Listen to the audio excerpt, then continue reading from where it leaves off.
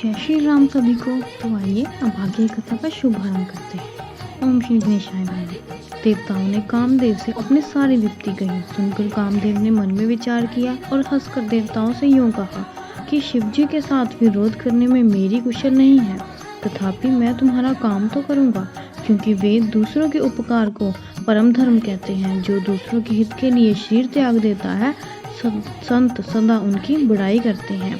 जो कह और सबको सिर नवाकर कामदेव अपने पुष्प के धनुष को हाथ में लेकर सहायकों के साथ चला।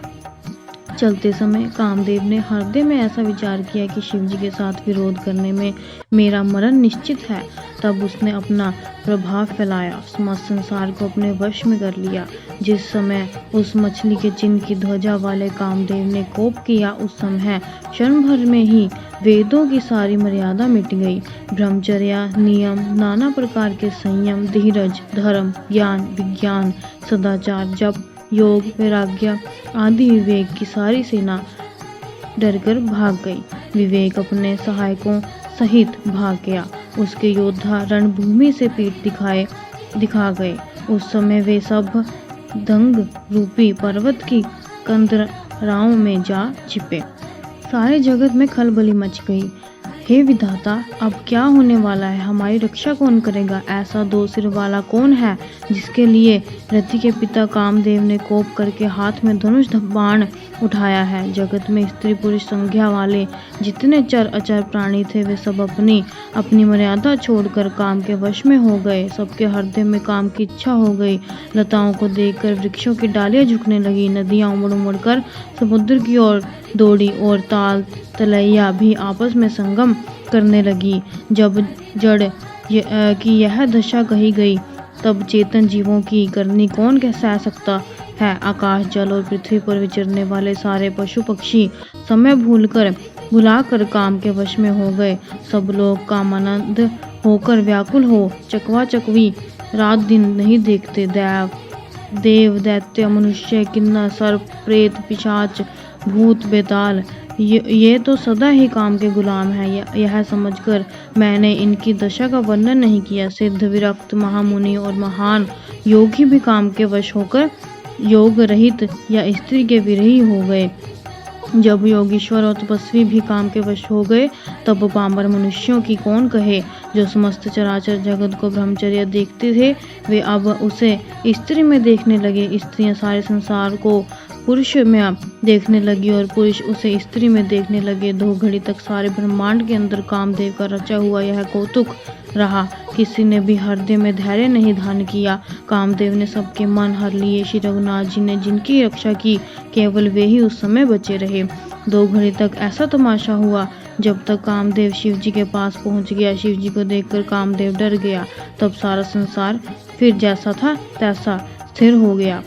तुरंत ही सब जीव वैसे ही सुखी हो गए जैसे मतवाले लोग मद उतर जाने पर सुखी होते हैं। दुराधर्ष और दुर्गम भगवान शिवजी को देखकर कामदेव भयभीत हो गया। लौट जाने में लज्जा मालूम होती है, करते कुछ बनता नहीं। आखिर मन में मरने का निश्चित करके उसने उपाय रचा। तुरंत ही सुंदर ऋतुराज बसंत को प्रकट किया। फूले हुए नए नए वृक्षों की कतारें सुशोभित हो गई। वन, उपवन, बावली, तालाब और सब दिशाओं के विभाग परम सुंदर हो गए। जहाँ तहाँ मानो प्रेम उमड़ रहा है, जिसे देखकर मरे मनों में भी कामदेव जाग उठा। मरे हुए मन में भी कामदेव जागने लगा। वन की सुंदरता कहीं नहीं जा सकती। काम रूपी अग्नि का सच्चा मित्र शीतल सुगंधित पवन चलने लगी। सरोवरों में नेके कमल खिल गए, जिन पर सुंदर भौरे के समूह गुंजार करने लगे। राजहंस, कोयल, तोते रसीली बोली बोलने लगे। अप्सराएं गान करने लगी और नाचने लगी। कामदेव अपनी सेना सहित करोड़ों प्रकार की सब कलाएं करके हार गया, पर शिवजी की अचल समाधि। आम के वृक्ष की एक सुंदर डाली देखकर मन में क्रोध में भरा हुआ कामदेव उस पर चढ़ गया। उसने पुष्प धनुष पर अपने बाण चढ़ाए और अत्यंत क्रोध से ताक कर उन्हें कान तक तान लिया। कामदेव ने तीक्ष्ण 5 बाण छोड़े, जो शिवजी के हृदय में लगे। तब उनकी समाधि टूट गई और वे जाग गए। ईश्वर के मन में बहुत क्षोभ हुआ। उन्होंने आंखें खोलकर सब ओर देखा। जब आम के पत्तों में छिपे हुए कामदेव को देखा तो उन्हें बड़ा क्रोध हुआ, जिससे तीनों लोग कांप उठे। तब शिवजी ने तीसरा नेत्र खोला। उनको देखते ही कामदेव जलकर भस्म हो गया। जगत में हाहाकार मच गया। देवता डर गए, दैत्य सुखी हुए। भोगी लोग काम सुख को याद करके चिंता करने लगे और साधक योगी निष्कंटक हो गए। कामदेव की स्त्री रति अपने पति की यह दशा सुनते ही मूर्छित हो गई। रोती चिल्लाती और भांति भांति से करुणा करती हुई वह शिवजी के पास गई। अत्यंत प्रेम के साथ उन अनेकों प्रकार से विनती करके हाथ जोड़कर सामने खड़ी हो गई। शीघ्र प्रसन्न होने वाले कृपालु शिवजी अबला को देखकर सुंदर वचन बोले, हे रति, अब तेरे स्वामी का नाम अनंग होगा। वह बिना ही शरीर के सबको व्यापेगा। अब तू अपने पति से मिलने की बात सुन। जब पृथ्वी के बड़े भारी भार को उतारने के लिए यदुवंश में श्री कृष्ण का अवतार होगा, तब तेरा पति उनके पुत्र के रूप में उत्पन्न होगा। मेरा यह वचन अन्यथा नहीं होगा। शिवजी के वचन सुनकर रति चली गई। अब दूसरे कथा बखान कर कहता हूँ। ब्रह्मादि देवताओं ने ये सब समाचार सुने तो वे बैकुंठ को चले। फिर वहाँ से विष्णु और ब्रह्मा सहित सब देवता वहाँ गए जहाँ कृपा के धाम शिवजी थे। उन सब ने शिवजी की अलग अलग स्तुति की। तब शशिभूषण शिवजी प्रसन्न हो गए।